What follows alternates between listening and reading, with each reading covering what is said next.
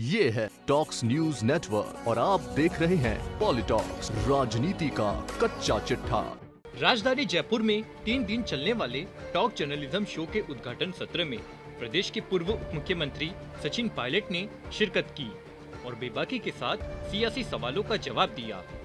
Hotel Clarks Amer में जारी talk journalism show के दौरान पायलट ने स्वीकारा कि समय से पहले और भाग्य से ज्यादा नहीं मिलता है। इसके साथ ही पायलट ने यह भी कहा कि महत्वाकांक्षी होना कोई गलत बात नहीं है, अति महत्वाकांक्षी नहीं होना चाहिए। इस दौरान पायलट ने 2023 में कांग्रेस की सरकार रिपीट करने के लिए अहम सुझावों पर अमल करने की बात भी बताई। तो 2014 में अध्यक्ष पद संभालने के साथ ही लोकसभा में हुई करारी हार के बाद अपना इस्तीफा देने की पहली बार खुलासा करते हुए सबको चौंका दिया। आपको बता दें, पूर्व पीसीसी चीफ सचिन पायलट ने कहा कि कोई भी जिम्मेदारी अगर मिलती है तो उसके साथ मुझे उसके आने वाले परिणामों को भी स्वीकार करना चाहिए। जब मैं राजस्थान में कांग्रेस प्रदेश अध्यक्ष के रूप में जिम्मेदारी संभाल रहा था, तब मैंने इस बात को भी स्वीकार कर लिया था कि जो परिणाम आएंगे उसकी जिम्मेदारी मेरी होगी। पायलट ने बताया कि जनवरी 2014 में मैं अध्यक्ष बना था और 3 महीने के बाद ही लोकसभा चुनाव थे, जिनमें हम सभी सीटें हार गए थे। यहाँ तक कि मैं भी हार गया था। इस हार की जिम्मेदारी लेते हुए मैंने कांग्रेस अध्यक्ष सोनिया गांधी को अपना इस्तीफा सौंप दिया था। मैंने उनसे कहा कि मैं अध्यक्ष होने के नाते पार्टी को जीत नहीं दिला पाया हूँ, मुझे इस पद पर नहीं रहना चाहिए। लेकिन सोनिया गांधी ने मुझ पर विश्वास जताया और कहा कि अभी आपको गए हुए 3 महीने हुए हैं, आगे आपको पार्टी के लिए प्रदेश में और काम करना है। जाकर राजस्थान में पार्टी को नए सिरे से खड़ा कीजिए। जिसके बाद सोनिया गांधी से आशीर्वाद लेकर मैंने ताकत से काम करना शुरू किया। पायलट ने कहा कि इस्तीफे की यह बात मैंने किसी को नहीं बताई थी। मुझे जिन विकट हालत में पार्टी ने जिम्मेदारी दी, मैंने 5 साल ताकत लगाकर काम किया। आगे सचिन पायलट ने बताया कि मेरे प्रदेश अध्यक्ष रहते विपक्ष में मैंने जितने चुनाव लड़े सब में भाजपा को शिकस्त दी।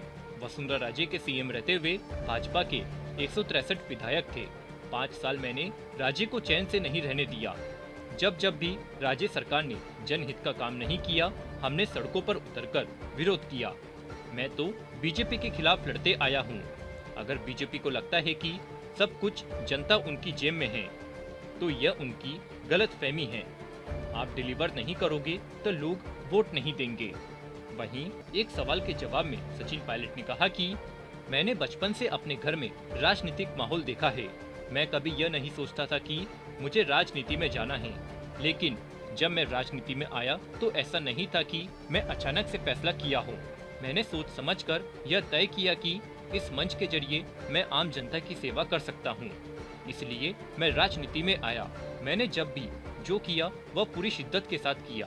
पार्टी ने जब मुझे जो जिम्मेदारी दी उसको मैंने पूरी ईमानदारी के साथ बिना किसी तरह के लोभ लालच के निभाई है। आगे भी पार्टी जो जिम्मेदारी मुझे देगी मैं उसको पूरी शिद्दत से निभाऊंगा। इसके साथ ही राहुल गांधी की ओर से पैशंस की तारीफ पर सचिन पायलट ने कहा कि कोई गुणों की तारीफ करता है तो यह अच्छी बात है। पैशंस इसलिए भी जरूरी है कि मैं विश्वास करता हूं कि अगला चुनाव जीतने के बारे में पार्टी ने मेरे सुझावों को बहुत अच्छी तरह से लिया है। हमारे पूरे कुनबे का सामूहिक उद्देश्य यही है कि राजस्थान में फिर से सरकार कैसे बनाए।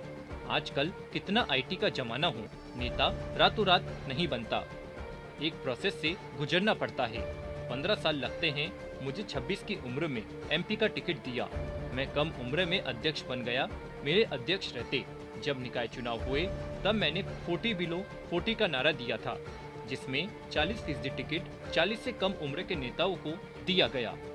युवाओं को केवल नारे लगवाने या दरी पट्टी बिछाने के काम में नहीं है, उन्हें आगे भी लाना होगा, तभी नई युवा लीडरशिप विकसित होगी। इसके साथ ही पूर्व उप मुख्यमंत्री सचिन पायलट ने सीधे तौर पर तो नहीं, लेकिन अपनी बातों में इस बात की ओर संकेत दे दिया कि मुख्यमंत्री नहीं बनने को लेकर जो सवाल उठाए जाते हैं उसमें कोई गलत नहीं है। पायलट ने कहा कि महत्वाकांक्षी होना कोई गलत बात नहीं है, लेकिन अति महत्वाकांक्षी होना ठीक नहीं है। पायलट ने कहा कि जब तक कोई व्यक्ति अपना लक्ष्य निर्धारित करके काम नहीं करेगा तब तक वह कैसे अपने लक्ष्य तक पहुंचेगा।